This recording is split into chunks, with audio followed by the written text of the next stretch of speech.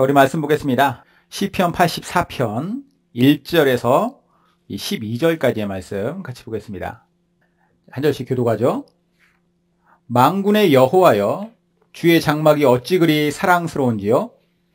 내 영혼이 여호와의 궁정을 사모하여 쇠약하며 내 마음과 육체가 살아계시는 하나님께 부르짖나이다. 나의 왕 나의 하나님 만군의 여호와여, 주의 제단에서 참새도 제 집을 얻고 제비도 새끼들 보금자리를 얻었나이다. 주의 집에 사는 자들은 복이 있나니 그들이 항상 주를 찬송하리이다. 주께 힘을 얻고 그 마음에 시온의 대로가 있는 자는 복이 있나이다. 그들이 눈물 골짜기로 지나갈 때 그곳에 많은 샘이 있을 것이며 이른비가 복을 채워주나이다. 그들은 힘을 얻고 더 나아가 시온에서 하나님 앞에 각기 나타나리이다. 만군의 하나님 여호와여, 내 기도를 들으소서. 야곱의 하나님이여, 귀를 기울이소서. 우리 방패이신 하나님이여, 주께서 기름 부으신 자의 얼굴을 살펴보옵소서. 주의 궁정에서의 한날이 다른 곳에서의 첫날보다 나은즉 악인의 장막에 사는 것보다 내 하나님의 성전 문지기로 사는 것이 좋사오니. 여호와 하나님은 해요 방패이시라. 여호와께서 은혜와 영화를 주시며 정직하게 행하는 자에게 좋은 것을 아끼지 아니하실 것임이니이다. 만군의 여호와여, 주께 의지하는 자는 복이 있나이다. 아멘. 올해도 시간이 참 빨리 흘렀습니다. 이제 사흘만 지나면 11월 딱 중순이에요. 다음 주일이면 벌써 추수감사주일이 됩니다. 추수감사주일은 매년 11월 셋째 주일날 우리가 지켜요. 11월 셋째 주일인 추수감사주일이 왔다라고 하는 의미는 뭐냐면 이제 올 한 해도 한 달 남짓밖에 남지 않았다라고 하는 뜻입니다. 슬슬 한 해를 마무리해야 할 시간이 다가왔다라는 거예요. 물론 이 마무리에 있어서 가장 중요한 것은 한 해 동안에 하나님께서 우리 가운데 행하신 은혜에 대해서 감사에 대해서 감사할 제목들을 우리가 헤아려 보는 것이 아닐까라는 생각이 듭니다. 사실 우리가 일상 속에서 받은 은혜, 감사의 제목들은 우리가 이것을 멈춰서서 바라보고 생각하고 곱씹어보고 그러지 않으면 그냥 이렇게 흘러가 버리기 쉽습니다. 잊혀지죠. 그렇기 때문에 우리는 적어도 이번 한 주 동안에는 우리가 지난 11달이 넘는 이 시간 동안 하나님께서 얼마나 우리 가운데 어떤 일들을 행하셨는지를 잘 생각해보고 또 하나님 앞에 감사함으로써 한 주를 보내면서 그러면서 이제 다음 주일 감사주일을 맞이하면 더 큰 감사가 우리 가운데 있을 것이다 라는 생각이 들어요. 오늘 말씀 이제 보도록 하죠. 오늘 말씀 보면은 일상의 소중함을 담고 있는 노래가 바로 오늘의 말씀입니다. 그런데 말씀을 봉송하면서도 여러분들 느꼈겠지만 여기서 말하고 있는 일상의 소중함이라는 것은 여기서 시인이 노래하는 일상의 소중함에 관한 노래는 일상을 누리는 중에 이게 너무 좋기 때문에 좋다라고 하는 느낌을 가지고 그것에 감사하며 그 일상을 소중함을 노래하고 있지 않습니다. 일상을 빼앗긴 사람이 그 빼앗긴 일상을 그리워하면서 마음이 너무 아프고 힘든데 그럼에도 불구하고 다시금 마음을 다잡고서 하나님과의 그 일상을 회복했을 때 이후로는 나는 어떻게 살 것인가 여기까지 노래하고 있는 것이 바로 오늘 이 시편 84편이에요. 그러면 일상의 이 소중함을 빼앗긴 일상의 소중함을 노래하고 있는 이 사람은 누군가? 오늘 시의 소개라고 할 수 있는 표제어에 보면은 이렇게 나와 있어요. 고라자손의 시 인도자를 따라 깃딧에 맞춘 노래 이렇게 나옵니다. 아마도 깃딧은 악기 혹은 음율이겠죠.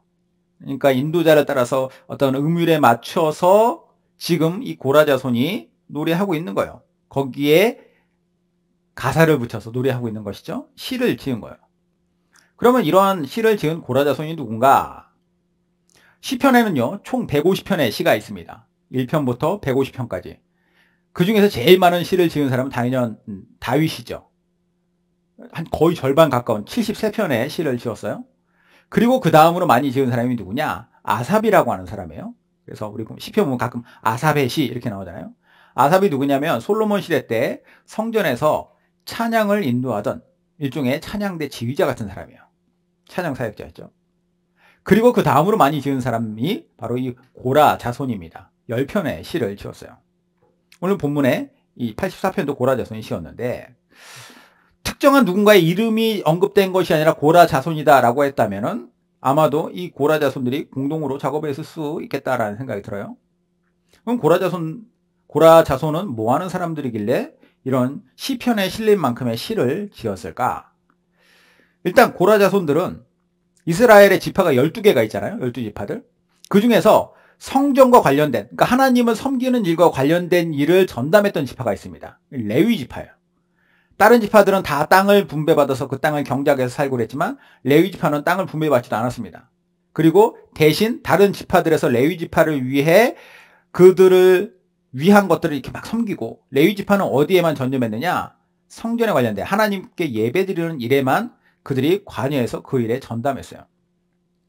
그 레위 지파 안에서도 여러 사람들이 있을 거 아니에요? 레위 지파의 누구, 레위 지파의 누구, 이렇게 그 중에 고라라고 하는 사람이 있었던 겁니다. 그 고라의 후손들이 바로 오늘 이 본문에 시를 지은 고라 자손들이에요. 그럼 고라 자손들은 성전과 관련된 일들이 아주 여러 가지가 있습니다. 가장 대표적인 것은 제사장, 그죠? 아론의 후손들. 여기에는 이제 제사장으로서의 역할들을 계속 감당했다면 그 밖에 많은 일들이 성전과 관련된 자질구레한 일들까지 있었어요. 고라 자손들이 했었던 일들이 뭐냐면 두 가지 큰 일이 있었는데, 첫 번째는 성전의 문지기, 성전을 지키는 역할을 했었고, 두 번째는 성전의 찬양대 역할을 했었어요. 자, 역대하 2절을 한번 보겠습니다. 역대상부터 볼게요. 고라의 증손 에비아삽의 손자 고레의 아들 살룸과 그의 종족 형제 곧 고라의 자손이 수종드는 일을 맡아 성막 문을 지켰으니 그들의 조상들도 여호와의 진영을 맡고 출입문을 지켰으며, 문지기 역할을 고라의 자손들이 했다는 거죠. 그리고 역대하, 그핫 자손과 고라 자손에게 속한 레위 사람들은 서서 심히 큰 소리로 이스라엘 하나님 여호와를 찬송하니라. 자, 고라의 후손들은 성전의 문지기와 그리고 성전에서 노래하는 찬양대의 역할을 했었다라는 거예요. 그러면 이 일들을 바탕으로 해서 오늘 시를 보면은 이 시가 이해가 되죠. 여기서 나오는 단어들, 성전의 문지기, 이런 얘기죠. 그리고 또 찬양하는 일을 했었다면 당연히 이 찬송시를 지어 부를 수 있는 그러한 은사를 갖고 있는 사람들이 아니었을까. 자, 그들의 일상은 뭐냐면 늘상 성전에서 성전문을 지키고 성전에서 찬양을 하면서 제사를 그들이 도왔던 사람들이에요. 근데 어느 날 갑자기 어떤 이유에서인지 이 일을 하지 못하게 됐습니다. 아마도 외세에 의한 침략으로 성전이 침탈당하고, 그리고 성전 제사가 멈춰졌으며, 그리고 자연히 성전에서 일하던 사람들도 더 이상 성전 근처에도 가지 못하도록 그런 상황이 펼쳐진 것이죠. 일상을 빼앗긴 고라 자손의 마음이 어땠을까? 그 마음에 대해서 1절, 2절, 3절을 보면은 1절에서는 여호와의 장막, 2절에서는 여호와의 궁정, 3절에서는 주의 집이라고 표현하면서 성전에 대한 그리움을 표현해요. 사람이요, 떠나보면 그 가치를 크게 실감합니다. 고라 자손은 여호와의 집을 사무치게 그리워하면서 하나님께 온 몸과 마음을 다해 부르짖기도 하고, 심지어는 막힌 성전을 자유롭게 드나드는 새들을 보면서, 참새와 제비를 보면서 부러워하고 있습니다. 1절부터 보죠. 만군의 여호와여, 주의 장막이 어찌 그리 사랑스러운지요. 내 영혼이 여호와의 궁정을 사모하여 새약하며 내 마음과 육체가 살아계신 하나님께 부르짖나이다. 나의 왕 나의 하나님 만군의 여호와여, 주의 제단에서 참새도 제 집을 얻고 제비도 새끼들 보금자리를 얻었나이다. 자, 특히 이 세 절 중에서 2절 말씀을 제가 쉬운 성경으로 한번 찾아봤더니 조금 더 그 감정이 더 잘 전달되는 것 같습니다. 내가 여호와의 성전들을 애타게 그리워하다가 쓰러질 지경이 됐습니다. 나의 온몸과 온 마음으로 살아계신 주께 부르짖습니다. 마음이 느껴지십니까? 지금 그들이 느끼고 있는 이전에 자신들이 그냥 아무렇지도 않은 일상으로 살았던 삶에 대한 그리움이 여기에 묻어있죠. 이 고라 자손의 안타까운 심정이 우리는 조금이나마 이해가 되는데, 또 한편으로 이런 생각이 들어요. 굳이 이 정도까지? 라고 하는 생각이 듭니다. 이건 당시의 성전과 오늘날의 교회의 차이점을 우리가 이해한다면 왜 그가 처절하게 이토록 성전에 대한 그리움을 표현했는지 그거에 대한 이해가 됩니다. 자, 오늘날은 하나님께서 하나님의 백성들을 어디에서든지 만나주시고 어디에서든지 예배를 드릴 수 있는 시대입니다. 신약시대, 예수님이 오심으로 말미암아서 이게 바뀌었죠. 근데 구약시대에는 이렇지 않았어요. 구약시대에는 전혀 다른 방식으로 이루어졌습니다. 하나님의 성전, 그리고 그 성전 안으로 들어가면은 성소가 있고요. 그 성전 더 깊은 곳으로 들어가면 지성소가 있었습니다. 그 지성소 안에는 뭐가 있느냐? 하나님의 언약궤가 있었어요. 그리고 하나님의 언약궤는 무엇을 상징하느냐? 언약궤는 뭘 상징합니까? 하나님의 임재를 뜻해요. 즉 하나님의 임재가 있는 하나님의 그 자리에서 하나님과 함께하는 백성들이 만나는 것이죠. 하나님께서 정해놓으신 법도와 방식으로만 제사를 드렸던 것, 그곳에서만 하나님을 만날 수 있었던 것이 그 시대예요. 자, 그런데 이러한 성전 중심에, 그래서 하나만 더 언급하자면 이스라엘 백성들이 처음 하나님과의 만남의 장소로서 이렇게 성전이 지어지기 이전에는 성막이라고 해가지고 이렇게 장막을, 텐트죠, 쉽게 말해서 큰 텐트를 하나님께서 만들라고 하셔가지고 출애굽을 하면서 그 텐트를 이동시키면서 그들이 움직였었습니다. 성막이라고 하고 거룩한 장막이죠. 근데 이 성막을 다른 말로 뭐라고 그러냐면 회막이라고 그랬어요. 회막. 뭘 회자. 그러니까 이스라엘 백성들이 모여서 하나님과 만남이 이루어지는 곳. 이게 바로 하나님의 전이었습니다. 이후로는 성전이 지어졌을 때는 그 성전 안에서 그 일들이 이루어졌다는 것이죠. 자, 이런 성전 중심의 하나님의 임재, 그리고 그분과의 만남인 예배가 예수님이 오심으로 말미암아서는 전혀 새로운 패러다임으로 바뀌게 돼요. 그 패러다임이 바뀌었다라는 것을 예수님이 사마리아 여인과의 우물가 대화에서 이야기하십니다. 자, 요한복음 한번 보죠. 요한복음 4장. 우리 조상들은 이 산에서 예배하였는데 당신들의 말은 예배할 곳이 예루살렘에 있다 하더이다. 예수께서 이르시되 여자여 내 말을 믿으라. 이 산에서도 말고 예루살렘에서도 말고 너희가 아버지께 예배할 때가 이르리라. 너희는 알지 못하는 것을 예배하고 우리는 아는 것을 예배하노니 이는 구원이 유대인에게서 남이라. 아버지께 참되게 예배하는 자들은 영과 진리로 예배할 때가 오나니 곧 이때라. 아버지께서는 자기에게 이렇게 예배하는 자들을 찾으시니라. 여기서 이제 예수님이 아주 중요한 말씀하세요. 이 예수님과 사마리아 여인 사이에 대화가 있었던 당시에는 이스라엘 사람들, 유대인들과 그리고 사마리아 사람들의 관계가 매우 좋지 않았던 시대였습니다. 마치 지금의 이스라엘 사람들하고 그 가자 지구의 팔레스타인 난민들하고 그런 사이 같아요. 그래서 실제로 이 당시에는 물리적 충돌도 많았습니다. 특별히 성전과 관련된 큰 싸움들이 많았어요. 왜냐? 유대인들은 하나님과의 만남의 장소는 오직 성전이기 때문에 그 성전이 있는 예루살렘 성전에서만 하나님께 예배드릴 수 있다라고 했지만 이 사마리아 사람들은 그곳에서 같이 예배를 드릴 수 없었기 때문에, 왜냐? 이방인 취급을 당해서.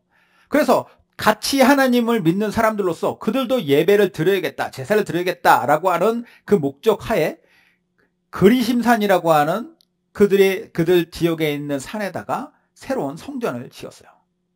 그리고 거기서 예배를 드리죠.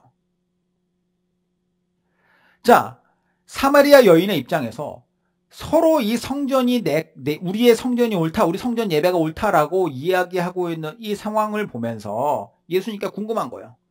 우리의 조상들은 예전부터 이 그리심산 성전에서 예배 드리는 것이 옳다고 하고, 당신 유대인들은 말도 안 된다, 예루살렘 성전이 본류고 거기에만 하나님이 임재하신다라고 얘기하는데 어디서 예배 드리는 것이 옳습니까? 예수님 말씀하세요.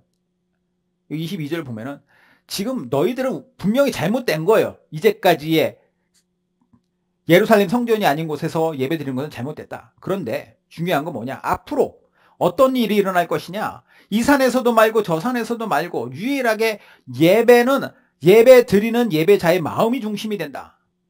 이제는 어디에서든지 예배 드릴 수 있는 시대가 된다라는 것이죠. 이 말씀을 통해 우리는 오늘 본문의 이 고라자손의 시를 이해하고 적용해야 됩니다. 고라자손이 성전을 그리워했다라는 것은 단순히 일터와 그 일상을 그리워했다라는 것이 아니라 그곳에서 만났던 하나님과의 만남, 그 교제를 그리워했다라는 거예요. 오늘날 우리는 정말 아무렇지도 않게 누릴 수 있는 이 삶을 그는 그리워했다라는 것이죠.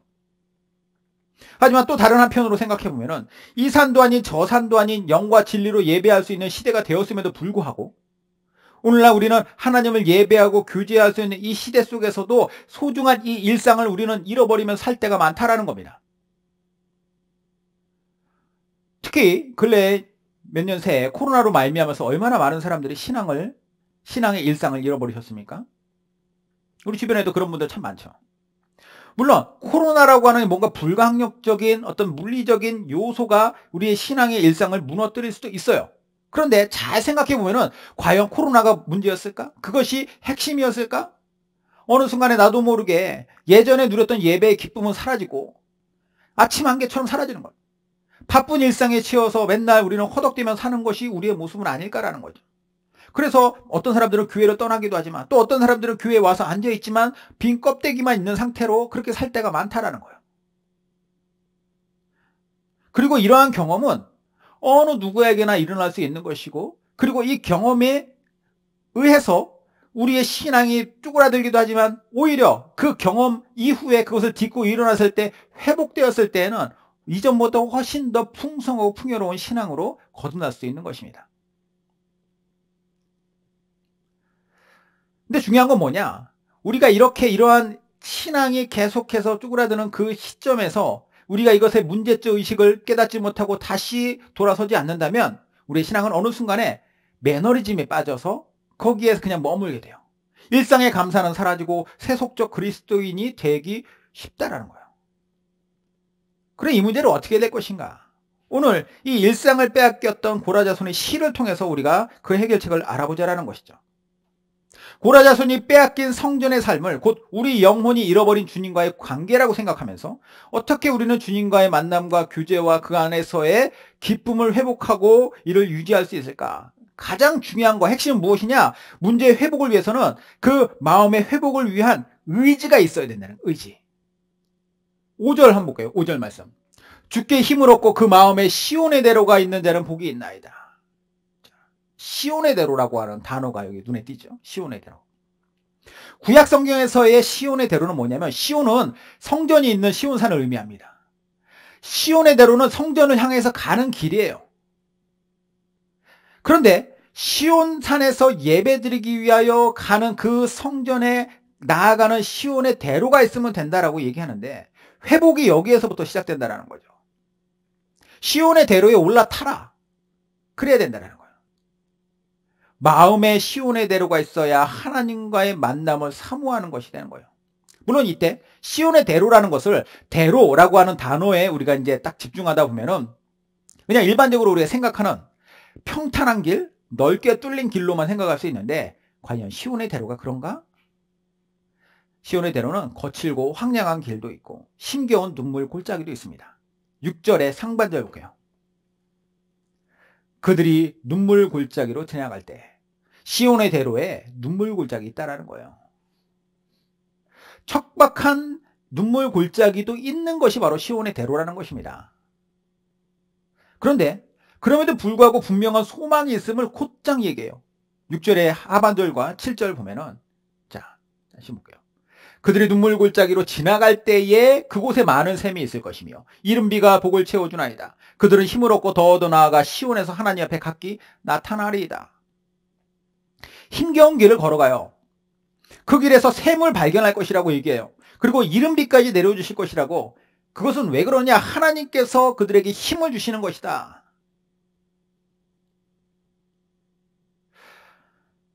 성전을 향해서 나아가는 순례자라고 흔히 얘기하죠. 성전을 향해서 예배자로서 나아가는 사람들에게 있어서 가장 부담이 되는 것은요, 시온의 대로에서 만나게 되는 눈물 골짜기. 그 눈물 골짜기는 그냥 뭐 이렇게 우리가 생각하는 어떤 숲이 우거진 골짜기가 아니라 척박한 광야의 땅이에요. 그리고 척박한 광야의 땅을 그냥 뭐 짧은 거리도 아니고 며칠씩 걸려서 건너가야 했을 때에는 가장 큰 두려움이 뭐냐? 가장 큰 필요는 뭐냐? 물이에요. 식수죠. 그런데 하나님께서 어떻게 하신다? 거기에 샘을 준비해 놓으시고 또 이른 비를 내려주신다라는 거예요. 결국은 그렇게 하나님을 만나게 될 것이다.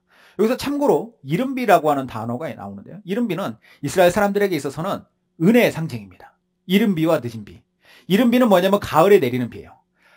이스라엘 사람들이 어떤 방식으로 이제 농사를 짓냐면 가을에 파종을 합니다. 씨를 뿌려요. 가을에 파종을 할 때에 이른비가 내려야지 그 씨앗이 제대로 그 땅에 뿌리를 내리기 시작할 수가 있습니다. 그래서 늦은비는 뭐냐? 봄비예요. 파종하기 전에 추수하기 전에 봄비가 내림으로써 늦은비가 내림으로써 그것을 완성시킬 수 있다는 것이죠. 이른비와 늦은비는 곧 그들의 생명과 직결된 거예요. 하나님의 은혜로 이른비가 내리지 않으면 우리는 결코 살아갈 수 없습니다 라고 하는 의미로 항상 그들은 받아들여요. 자, 여기서 시인이 뭐라고 얘기해요? 하나님께서 이른비를 준비해 주시고 내려주신다. 하나님께서 은혜 주신다라는 거예요. 보장된 은혜죠. 시인은 하나님께서 당신이 하나님 앞에 나아가려 한다면, 시온의 대로를 걸으려고 한다면 알아서 오려면 오고 말려면 말고 힘들면 포기할 수도 있지. 이게 아니라 꼭 올 수 있도록 도와주신다. 여기에 소망이 있다는 것을 이야기하고 있습니다. 그러면 이렇게 시온의 대로를 향해 나아가면서 우여곡절을 경험하더라도 끝끝내 하나님과의 만남이 성사되고, 그리고 그 만남 이후에는 또다시 일상이 회복이 될 텐데, 그 회복된 일상 이후로는 어떻게 살 것인가, 여기에 대한 다짐을 시인은 마지막으로 두 가지로 이야기합니다. 첫 번째, 주님과 함께하는 일상의 가치를 기억하며 살겠습니다. 주의 궁정에서의 한날이 다른 곳에서의 첫날보다 나은즉 악인의 장막에 사는 것보다 내 하나님의 성전 문지기로 있는 것이 좋사오니. 자, 아까도 말씀드렸다시피 사람이 한번 떠나보면 그 가치를 알아요. 일상이 그냥 같이 있었다라는 것을 그때는 모르지만 빼앗겨보면 안다라는 것이죠. 시인은 주님의 궁정이, 주의 전이, 하나님의 집이 얼마나 소중한지 그 삶의 가치 있는 삶을 이렇게 얘기합니다. 악인의 장막에서 편안하게 사는 첫날보다 내가 주님의 궁정 앞에서, 성전 앞에서 문지기로 하루를 사는 것이 더 소중합니다. 그렇게 살겠다라는 거예요. 그 마음을 가지고. 사람들은 흔히 하나님과 함께하는 일상을, 평범한 일상을 별거 아니라고 생각합니다. 그런데 자연스럽고 편안한 것이 그냥 당연한 것으로만 여겨질 게 아니에요. 어떤 사람들은 이런 생각도 해요. 열심히 특심해가지고 일상적인 평안한 평범한 것을 거부해요. 뭔가 더 극적인 것이 있어야 되지 않나? 뭔가 더 다이나믹한 것이 필요하지 않나? 하지만 이거 어리석은 생각입니다. 진정한 신앙은 어디에서 나타나느냐? 진정한 영성은 언제나 평범한 것에 있습니다. 마이클 오튼의 오디너리라고 하는 책이 있는데, 그 책에 이런 내용이 나와요. 하나님은 평범한 가운데서 또한 평범한 것을 통해 일하시기를 좋아하신다.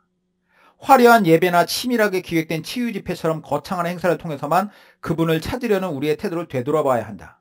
하나님께서 평범한 수단을 사용하여 놀라운 결과를 이루신다고 해서 그분의 명예가 실추되진 않는다. 오히려 그것은 성부와 성자와 성령의 사역을 통해 하나님의 주권이 피조물 전체에 포괄적으로 영향을 미친다는 것을 보여주기 때문이다. 무슨 말인지 이해되십니까? 평범한 일상의 가치를 알라. 그리고 그 평범함 속에서 하나님과 함께하는 것의 가치를 알고 그 동행하는 그 기쁨이 우리 안에 있어야 된다는 거예요.